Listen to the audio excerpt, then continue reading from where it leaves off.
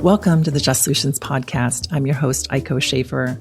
Today, I'm sitting down with Peter Murchie, Senior Director of Policy at the Environmental Protection Network. EPN leverages the expertise and knowledge of former EPA staff and appointees to address pressing health and environmental issues, and their volunteers are working in communities all across the U.S. Peter was a longtime EPA staff and resigned recently given the changes at the agency. He and I have been working together to advance and defend climate solutions, and they've been extraordinary leaders in a moment when we really need them.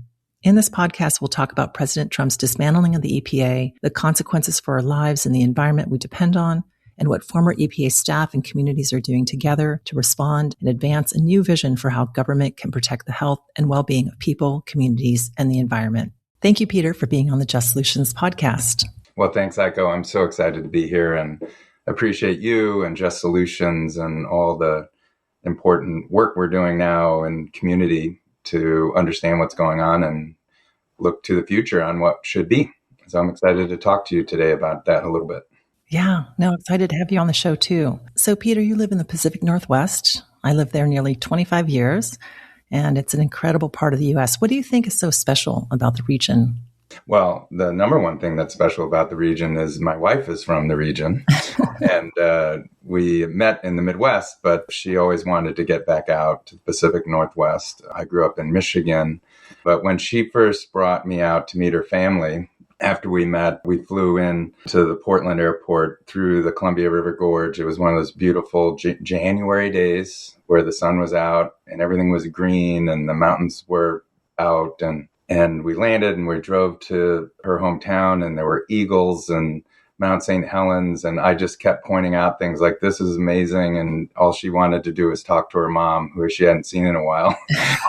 And she said, wait, that's fine. But ever since then, I was like, this is an amazing place. And I've been lucky enough to live both in Portland and Seattle area for the past 25 years. And the things that really resonate with me are, I like to be outdoors. I'm very active. So I'm a hiker and a runner, biker. I love to be on the water. I spent a lot of time on Lake Michigan and spent a lot of time in Puget Sound. But also it's matched with incredible people. So folks I've worked with, but also the communities I've lived in and worked with for my career. And another specific things I love about the Pacific Northwest is tribal communities. And I've spent a lot of my career and my personal life in and around tribal communities. And I live right across from the Suquamish tribe and have a lot of good friends who are part of the Suquamish tribe. And that to me is it's just so fulfilling to be out here in so many ways. And I get invigorated and get a lot of strength from living in the Pacific Northwest. No, just an incredible place to be. I miss it so much. And, everything that you talk about, I think you have to have a desire to be outdoors, sort of in your DNA to live out there. There are just too many opportunities to be in beautiful places, mountains, water, all sorts of opportunities there. So you worked at the Environmental Protection Agency, and that's what we're going to talk about today, sort of, what's happening there and what's been going on over the last year or so. And what brought you to working at the EPA? I've thought about this a little bit because I've been introducing myself to different community or work partners. Some of it was random and some of it was intentional. I grew up in a family that believed in public service, so working at EPA is a public service space, but I didn't have a vision of working for the federal government or even working on environmental issues until much later. There was an individual that was very influential for me and my own awakening. So my senior year in college, I took an environmental ethics class, and it was taught in the philosophy department. And his name was Professor Dreyer. He was one of the best professors, if not the best. And I never really thought about those issues intentionally. And I just came out of that going, I need to be in this space somehow. That was 1991. There was not a great economy then. And I went around in Chicago looking for work with a hard copy resume, literally looking in the yellow pages for environmental health consulting firms. Like, I was a geology major and international studies with Slavic, because I originally was thinking I was going to go to Eastern Europe. And a lot of my friends did that. Eventually got a job after a couple of months and started working as an environmental consultant. And I realized that I was interested in the policy aspects of that, and a lot of my family's public health, and I was interested in the people aspects of the environment. And I realized I needed to go back to school. So I went back to graduate school, and they didn't have a joint degree then, but I got a master's in public health and a master's of science in natural resource management to try to combine those things. And this is the random part. I didn't think, I'm going to end up at EPA. I had no real pathway there, just my interest. Somebody reached out to me. There's an environmental lab, fuels and vehicles lab for EPA is in Ann Arbor. And somebody from there reached out to me and said, hey, we've got a fellowship program. Would you like to be a fellow and work with us during graduate school? And so that's my entree into EPA. And then I was very interested. I was like, oh, this is great. I had a great experience. And I liked the idea of working on national rulemaking and affecting policy. And then I applied for and got a presidential management internship, which is a cross federal government program, and started working at EPA as a career pathway position out of that program. And then I was at the agency for over 25 years. Wow, that's extraordinary. Well, and you are, by the way, dating us by talking about a hard copy resume and looking through the yellow pages to look for a job. And there was no LinkedIn. There's no LinkedIn.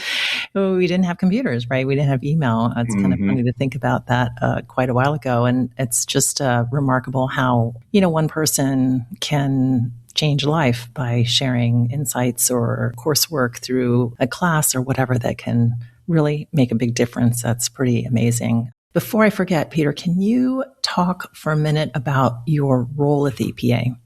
I moved around a lot, both where I worked at EPA physically, but also in the different program areas. So it ranged from, I mentioned that I worked at in the Office of Mobile Sources, so the space where we did the science around automobile emissions, mobile source emissions. But I also worked in Region 5. I worked in the Great Lakes program and our land use and recycling programs there, different roles.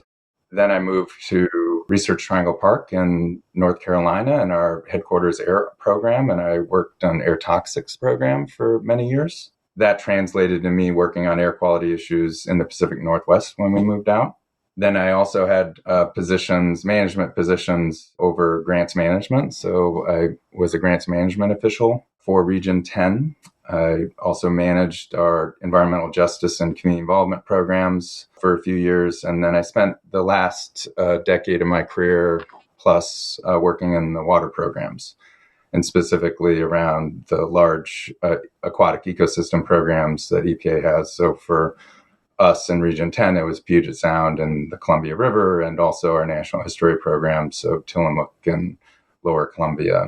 And I really loved that space. Throughout my whole career, I tried to combine public health and environment because I believe EPA is a public health agency.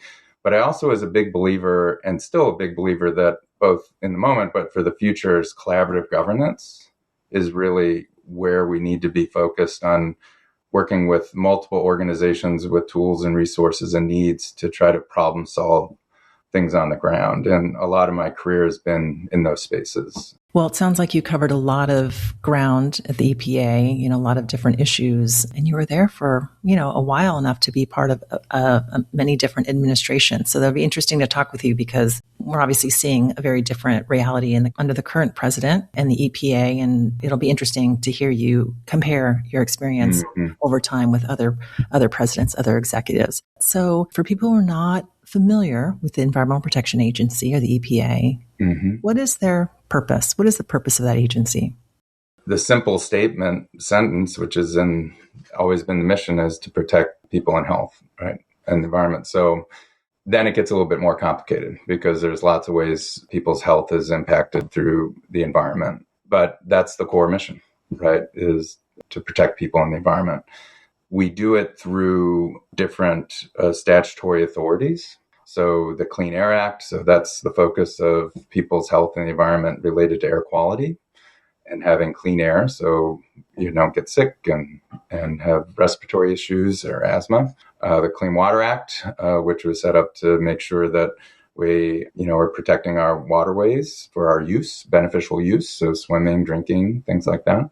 And then the Safe Drinking Water Act, which was focused specifically on, making sure we had clean drinking water and that didn't have lead in it and other toxins. And we also have a big area of our work is cleaning up contamination. So there's a lot of legacy contamination. So the Superfund program, and also how we manage chemicals and how toxic materials are handled. So we have all these statutory authorities that are given to EPA to then implement. One thing that's not well known is there's no statute that created EPA.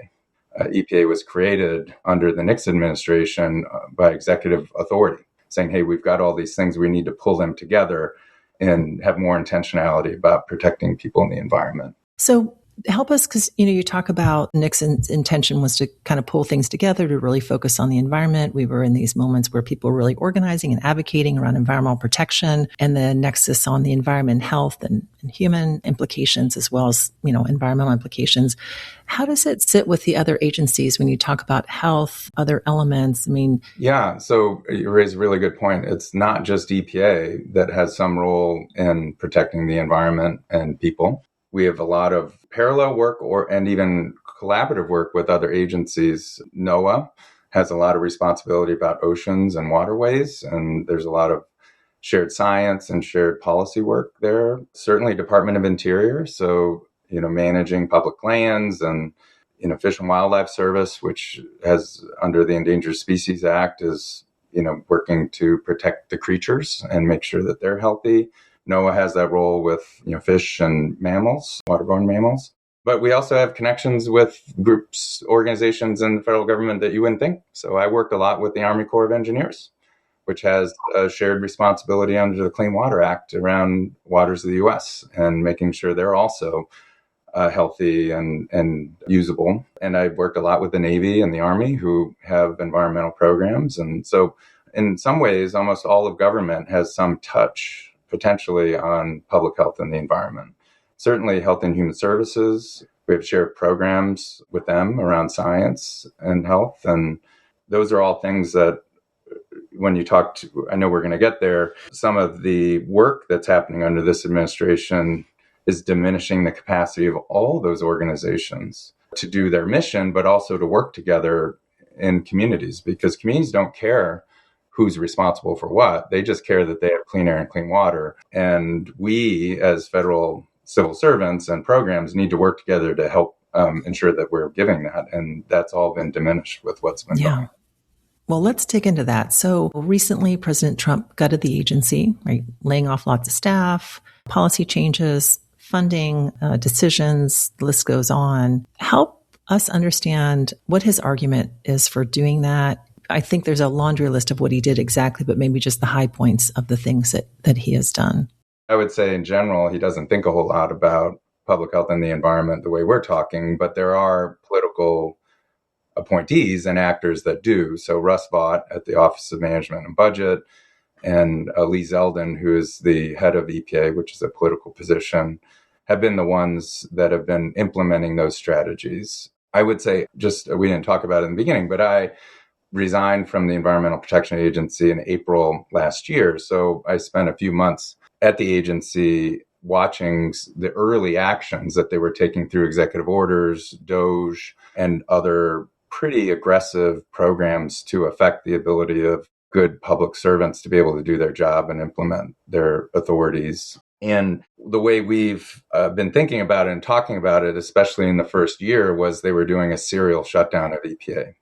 So they weren't actually, it takes a long time to change a policy, to do a rulemaking process. But their approach was we can affect policy through affecting the workforce. So a lot of what DOGE was doing, if you remember, is stopping funding. So they were impacting fundings. And a lot of what EPA does, almost 60% of EPA's budget is pass-through money to states and tribes and to communities to do good work that they want to do around clean air, clean water, drinking water infrastructure. They came in right away, all that stopped. It wasn't a policy change. It was just, hey, every decision has to have a political review, and then they weren't doing that. And then in some cases, they were going in and canceling grants, which we still believe is illegal, that were already awarded for organizations they didn't like because of made up things like they're going against DEI approaches in the executive order, things like that. Environmental justice climate related, especially all those grants were impacted right away. So they were doing that. And then on the workforce side, hiring stopped. So, and there's always succession people. So right there, automatically, they started to do some reduction in force actions, especially for folks that worked in environmental justice and DEI related issues. And then, Russ Vought said it himself that they wanted to terrorize and traumatize the federal workforce to make them leave. And so it wasn't so much that they fired a lot of people, but they made life so hard for them. And then they were in a coercive way incentivizing them to leave through an early retirement program that, for lack of a better term, called DRP. And they did a few phases of that where they would threaten people with, hey, we're going to fire you. And then, oh, by the way, but you could take this option to leave and we'll pay you to not do your work for 6 months, basically. And so a lot of folks took that. So at the end of the day, we ended up with almost 28% of the EPA workforce leaving or somehow getting fired in that first year. That's a quarter of the workforce, really significant. So that affects policy. That affects the ability of the agency to do things. And but at the same time, they had a strategy around rolling back rulemakings, and they were especially targeting really good work that the agency was doing around reducing emissions, working on greenhouse gas emissions and climate change that were being very effective. And by the way, not detrimental to the economy, which is something they were saying. It was actually supportive of a new economic growth and renewables and kind of the new economy that we're seeing in other countries now taking over from us, especially China. But they were rolling that back on behalf of energy companies, traditional energy companies, also chemical industry. And you're seeing those policy changes that they started then now coming to fruition. So they're finalizing those rulemakings, and we're seeing those now being challenged in court. But they had a strategy and they were doing it well. And I assume that compared to other administration changes, this by far, pretty common knowledge, is the most radical thing that we've seen since the creation of the EPA under President Nixon. So when you talk about all these changes, help us understand, what does that actually mean for people's lives? Not just those who are direct risk, because there's obviously a lot going on there, but maybe everyone else too, people who maybe don't quite realize what we are going to lose given the decisions that our president has made. Really great question, because fundamentally that's what really matters here. And, the flip side of what EPA's mission is now being implemented. So the backside is, no, the air is either already not as clean as it should be, or it will become more harmful. So more particulate matter in the air, more ozone, more toxics that affect households and kids, especially because kids, when you think of young people, their respiratory rate is greater, they're smaller, and so they're breathing in more air, and they're more susceptible because they're developing to impacts from toxins. And one of the direct pathways is through air quality of impacting that. So we're very worried that what they're doing is going, especially with frontline communities who I know you've worked with, who live near these facilities, are, we believe, but they're also taking away the scientists and the monitoring to tell us. But those communities are definitely either already are or going down a path of having worse air quality. We know, for example, on the enforcement side, basically Lee Zeldin set up a phone line to allow energy companies and chemical companies to call him and say, we want a waiver from having to implement the requirements of these rules. And they've been granting them. We think that's illegal, but that clearly is them saying we're not as clean as we should be by law. And so the result of that is poorer air quality. We're also very worried about drinking water and chemicals in general getting into the environment. And we're seeing them fast track approvals for chemicals, undermining the science of chemical review and kind of pulling back from already good work to try to look at things like PFAS and forever chemicals. And we know that those are harmful to people, and they're for sure set us back if not 4 years, 5 years, if not a decade, in policies that we're going to help minimize those chemicals getting in and staying in the environment. So yeah, this is something that we are worried about. We think it's also an affordability issue.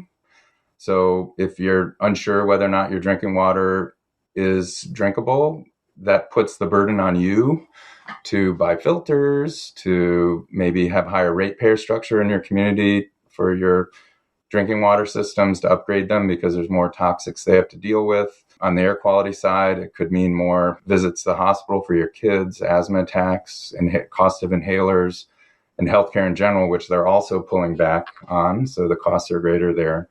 So it's not just a health issue, it's an affordability issue. Is there capacity for states to do the work of EPA?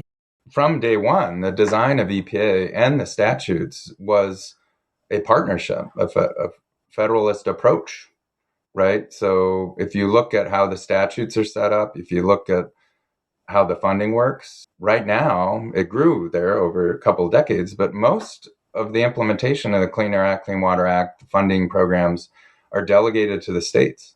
The states are doing the implementation in their states. And a lot of EPA's role is just to get the guidance out and have the rulemaking right and do the oversight and partnering with the states to help them be effective underneath those statutes. So it's already set up that way. And EPA in a fundamental role around the science, right? Because individual states don't have the resources to do the core science and monitoring and methods and all that stuff. So it's always been there. And I'm not mentioning it also with tribes, which is slightly different because they're sovereign nations, right? So there's a trust responsibility of EPA and the federal government around their environmental health work, but they are a partner and in some cases their own sovereign implementer of clean air, clean water. And the federal government supports them in that through funding and science and support. They're trying to prevent states to do more than the federal government is doing, even though that's written into the law. They don't want that. So they're trying to diminish the state's ability, the states that want to do it, to actually do more around clean air and clean water. So that definitely is going on. So whatever this future is has to continue to support states and tribes and local governments in their role. In some cases, more important than ever. So it's not trying to say we need to go back to a strong centralized approach, at least in my personal opinion. We need that strength, but it needs to be thought of as a partnering strength. I think the other thing you're implying is states are different, right? Politically, they're different, but it is a democracy, right? So we need to be able to work with all states on their specific issues and support them in their own problem solving around clean air and clean water and all those things with a set standard that at least there's a minimum. That's always going to be a balance. Are there particular policies or decisions that are really keeping you up at night? Yeah. Well, I should have mentioned it before. Some of those early decisions were really targeted to specific communities. So when I mentioned them canceling or terminating grants, a majority of those were going to community-based organizations that were communities that are most impacted by pollution and who had a real need for support to help them address the pollution, do things for themselves, and also be more involved in local, if not federal, programs that could help them have a healthier environment. And that was intentional, right? They don't want communities to have resources and power because they don't want them challenging. And they even say it out loud. If you look at the pillars of this administration of Lee Zeldin, he is putting higher than the mission of EPA, which is public health and the environment. He's saying, you know what's more important to us? Having more dirtier automobiles on the road, to having more data centers. He's saying this. He's taking the resources of the agency to support those industries. And that makes me angry. I don't know if it keeps me up at night, but it gives me a lot of incentive to try to figure out how to get that back to what it should be. The mission of the agency shouldn't be supporting data centers and making it easier for them to be cited without community input, without any ability of the community to push back. So that's a big thing. But I think if you're really talking about, there's two things that really keep me up at night. One is, and this is hard to talk about, but I think your audience will understand it, but the general public is, we're losing a generation of public servants. And it's going to make it hard for us to rebuild and reimagine what is really important for us in a democratic system, which is a scientifically based, objective EPA that's focused on its mission, which is public health and the environment. They know that that's a threat to their interests, their corporate interests that are really making these decisions. So they've gotten rid of the Office of Research and Development. A lot of the scientists aren't doing their research. They might still be at the agency, but they've been reassigned. And many of the scientists have left. So that core component of a science public health agency is gone right now. And it'll be hard to rebuild that. And that'll set us back for a while. The other is what we just talked about. This has real impacts on real households today.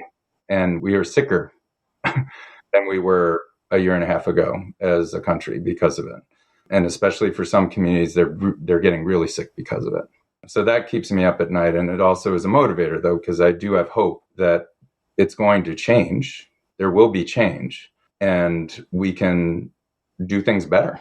So that's something that I think we have to push back in the moment, but also think for the future about how we can make it better and have the federal government do even better job than they did before around public health and the environment. Well, and I can't imagine, Peter, given the length of time that you worked at the EPA, how difficult it must be for you to witness all of this falling apart and just all your life's work, career work, many of the people that you worked with, and how maddening this moment must be. You made the decision to resign from the EPA. Would you be willing to share a little bit about your decision to do that and how that came about? Yeah, well, thank you for that. There's a few decisions in your life that are very important. Yeah, who your partner is, you're getting married, choosing to have a kid. Career is one of them, right? Big career choices. As was mentioned, I was at the agency for almost 3 decades. My identity was around that mission and the people, and I cared about it deeply. I saw myself being at the agency to the very end, through my whole career. I worked through the first Trump administration and was able to navigate that and as a manager. And so, yes, I was not planning on resigning. The Trump administration came in end of January. Like all of my peers, we were ready to support them. They won the election, and we've done it before. I've gone through lots of administration changes and done all the prep work and support for those political appointees and those new agendas and how to help implement those agendas, because that's what happens in a democracy. But what I found right away, and my peers found right away, is that it wasn't working the way it should, right? They weren't listening to us. They had an agenda. I believed personally that part of the agenda that was attacking the people of the agency, canceling grants and things like that, were certainly unethical, if not illegal. And I was getting into positions that were very uncomfortable for me personally and my own values and ethics, and a huge amount of stress in that space. For me, I want to be very clear. I'm very privileged. I had my situation is that I had choices. There are a lot of people that don't have choices to make a career change. They're younger, they have kids. By the way, it's not a great job market. But I had some options. But I also personally was not doing well, right? So my own health was being impacted by it. My son was a senior in high school, and although I was doing all the right things and being at things, I mentally wasn't present like I wanted to be. And lots of conversations with my wife and my family and friends. And I got to a point where I didn't feel like I was being effective. I didn't feel like I was on the right pathway ethically about what was going on, not diminishing or making any judgments on my peers who stayed, but just for me personally. And I needed to make a change. It was one of the hardest decisions I've ever made and very emotional. And the day that I told my teammates and my peers that I was leaving was one of the hardest days of my life. And it took a bit to kind of get situated myself around that. And I didn't resign thinking I'm not going to do things. So I did start looking around, like, what can I do to be? And that's why EPN was a great place to go. But I will say it allowed me to be more present for my family and kind of recalibrate and reset, which was very important for me and them. But I miss it. Recently, I had a chance to see some of my former colleagues, and it was very emotional. And I miss the work and I miss the people tremendously. And I care personally deeply about EPA.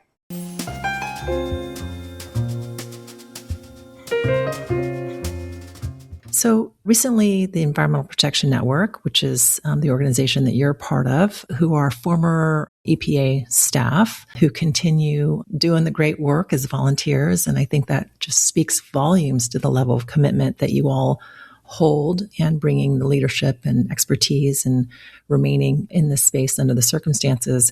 You all recently did a poll. Can you share us a little bit more about what people are thinking about these changes? What did you all find? This is something we care about a lot, is trying to figure out what the broader public is thinking now about environment and health and what it means for how we can do a better job of telling the story of why it's important and having them be heard at the same time. So what we wanted to try to figure out with this polling is, how are people feeling about clean air and clean water, chemicals, toxics, the role of EPA. And so we were very focused on that. And we did a survey nationally with over 2,000 folks with YouGov. And we asked different questions around different things. And it was really interesting to see what we found, which is really heartening to us, which is just at a very high level across the board politically, including Trump voters, when you really talk to them about clean air and clean water, and once they get a little bit of understanding of what EPA's responsibility and mission is, they all very much support that's an important issue to them and that EPA should be supported. And even Trump voters saying EPA should be doing more. Some specific issues, which makes common sense, but is showing up in the polling, is people are seeing these issues as affordability issues and pocketbook issues. So 81% of Americans believe the burden pollution is shifting onto families through medical bills and long-term consequences. So they are seeing that connected as well to what we know is a priority political issue, which is affordability or a lack of affordability for households. I mentioned it, but Americans across the board, once you talk to them, want a stronger EPA, not a weaker EPA, by a 7-1 margin. Even President Trump's core supporters are concerned that he's soft on pollution and polluters. And so 82% of Trump supporters believe President Trump should be tougher on polluters. It's a pretty amazing result. And even the ones who voted for him in 2024, they view him less favorably, almost 41% since then, around his handling of environmental issues and EPA specifically. So this is an important issue for the public. And Americans by 8-1 do not like deregulation around environmental issues. And so there's a lot there. I think we're trying to share this out because I think people in our world care a lot about these issues, but sometimes they feel that the broader public doesn't, or it's too hard. And I think that's not the case. We just need to do a better job of telling that story and personalizing it and localizing it to them. So it helps them see their own influence and their own ability to be a part of the conversation. We need this to be part of the conversation in a very distracted media landscape. Yeah. Right? Because there's so much else going on. But once you can talk to people about it, they care about it. It's just inspiring to know that so many of us agree. I think at this point, right, we've been told that we mostly disagree. And I think it's just great to hear that people really get it and that they're interested in it and they think we should do a good job. And even on the left, there have been conversations about how regulations are cumbersome and problematic. I think it's just really hopeful that people understand why we have to be really strong and clear and, again, focused on the needs of people and community instead of the needs of corporations, especially those that are polluting. So given the work that you all are doing at EPN, what do you think needs to happen now? What are you all doing? What's the plan? Yeah, well, a lot needs to be happening, and there is a lot happening. Earlier, dismayed, you asked a lot of questions about what keeps me up and what has me upset, but I'm also really hopeful because there are so many individuals and groups that are not sitting on the sideline just waiting to see what happens. There's a lot of folks that are mobilized to tell their story, to push back on the rulemakings, to litigate, to just say, hey, look, this is not right. We need something different. And I was very lucky to have found EPN. I knew of them before when I was at the agency. It was an organization that formed in the first Trump administration by EPA alumni who were concerned and wanted to have a space to work on policy and educate and do other things and not just social things together. And so they formed a nonprofit that's oriented towards giving former EPA folks a space to be active. And so that's grown since then. But things we're doing right now, I'm the senior director for policy. And so we're doing a lot of work on all those rulemakings I mentioned. We've got incredible subject matter experts that are formed into groups that every time they do something, they analyze the rule proposal and they write comments, they do testimony on those rules. They go to Congress to hearings and we support them from their expertise about different topics and issues. We don't do litigation ourselves, but we're supporting litigation through subject matter expertise and amicus briefs on important issues that are happening. We also have grown a civil service resilience initiative. So we mentioned this before, the importance of civil service and civil servants.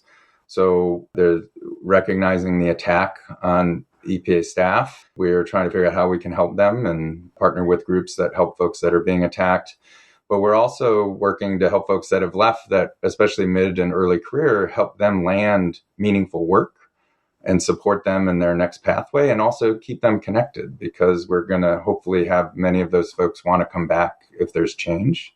And then we're also starting to think about the future. So one of the things we're doing is a multi-year approach to reimagining EPA and environmental health. And right now we're in kind of the, in the moment with things going on, what's the harm, what's the root cause, and starting to ideate on some of those. And we'll be doing that over the next few years to hopefully, when there is change, influence the policies and the operations of an agency so it can be very effective as fast as possible.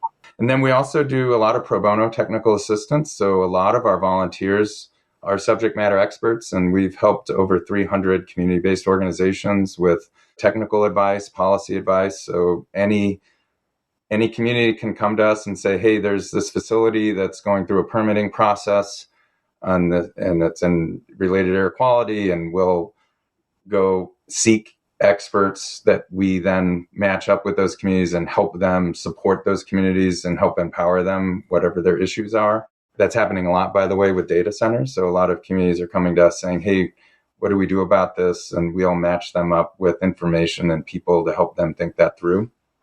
And then, of course, we are growing our work around telling the story. So one of the things we're also finding in our polling is that all the groups in DC that are more trusted, it's actually EPA and EPA scientists that are relatively trusted messengers compared to other groups. And so we think that's very powerful. So we're trying to support former EPA folks, especially in their local communities, be trusted messengers about the importance of clean air and clean water, and just be out there telling that story of what they did and why it's important and what should be. And of course, we are trying to be responsive in the moment to big policy and other things. So we're trying to support what is a very stressed media landscape and help reporters and others and educate them on issues and then support their own reporting on this. So yeah, it's really incredible work with great people, and there's a lot of interest. We've had over 150 new volunteers since last year. The sad part is it's because a lot of them left the agency, but as true good public servants they are, they want to figure out how they can stay engaged. It gives me a lot of, as I said earlier, hope and energy to be able to support them and learn from them too.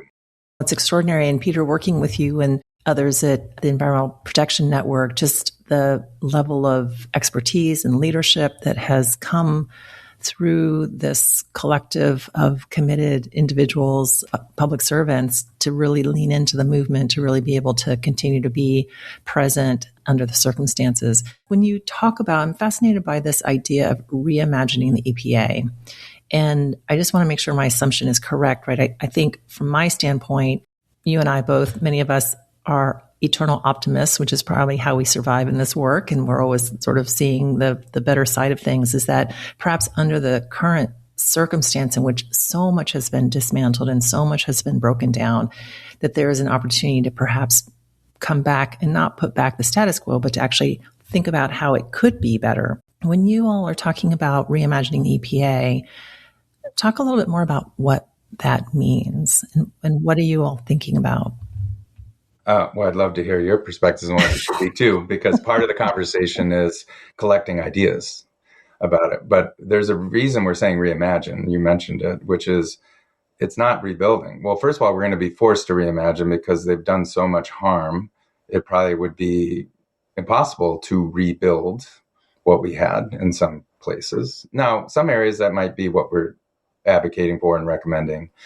But in general, we're also seeing it as an opportunity. I mean, what we're learning is, although a lot of incredibly good things have happened since the 1970s through the Clean Air Act, Clean Water Act, and the work of the agency to help us have much, much better air quality and water quality, there's so much more we need to do that we need new ideas for that. Because those traditional command and control statutory authorities that we have gotten us a long way, but they're not adequate for what we need to do for the future. If you think about climate change, both the causes of climate change, so greenhouse gas emissions, that's not just an EPA thing, that's a worldwide thing, but also just how we're supporting communities being resilient to that change. That's not a regulatory space. So how are we helping communities have more resilience to heat and wildfires and flooding and all that? That's a collaborative space with local governments and states and things like that. Also, if you think about water quality, a lot of water quality issues are impacted not necessarily by a factory, but by how communities are designing their land use plans and their transportation plans and how they're protecting or not protecting green spaces that are important for water quality and groundwater. Those all need new solution areas for us. And so we need to reimagine that with really smart folks and having big, broad conversations around that and the role of federal government. Clean air, clean water, healthy environment, public health should be and are nonpartisan issues. Somehow they become partisan.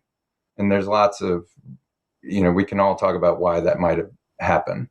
But our fundamental belief that this should not be a political partisan issue.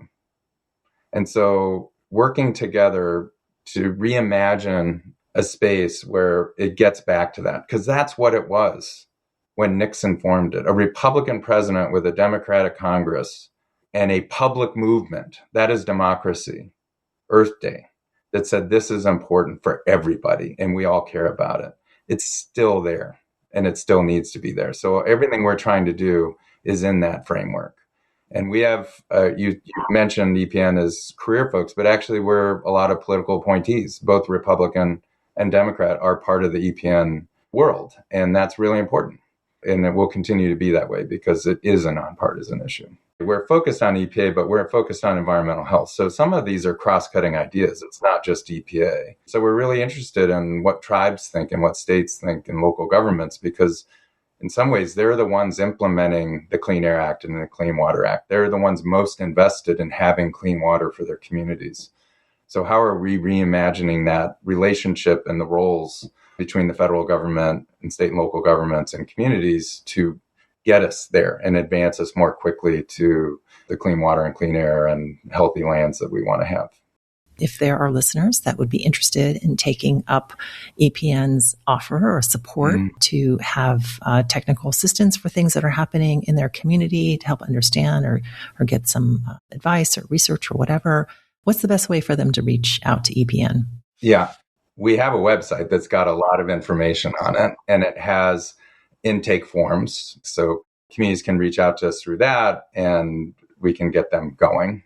We're especially interested, and you might have listeners that are former federal employees, and it's not just us. There's the Department of Energy Alumni Network. There are many other groups like EPN. We'd be happy to connect you up, but if you're interested at all in volunteering or getting more involved, we certainly are very interested in both supporting you in doing that and giving you meaningful things to do for yourself. So definitely reach out. just, I think for all of us, and I'm sure because you have listeners, just staying informed is helpful. And everything that I mentioned today, we're trying to put out in different ways. So this is new for me, but I have a lot of presence now on social media and other Substack and our website, but we're trying to get good information out to people in a way that can help them in whatever they want to do. So you can look for EPN in all those spaces. We're also open to input too on what we could be doing better. Yeah, absolutely. Well, this has been such a great conversation. And thank you so much, Peter, for being on the show today.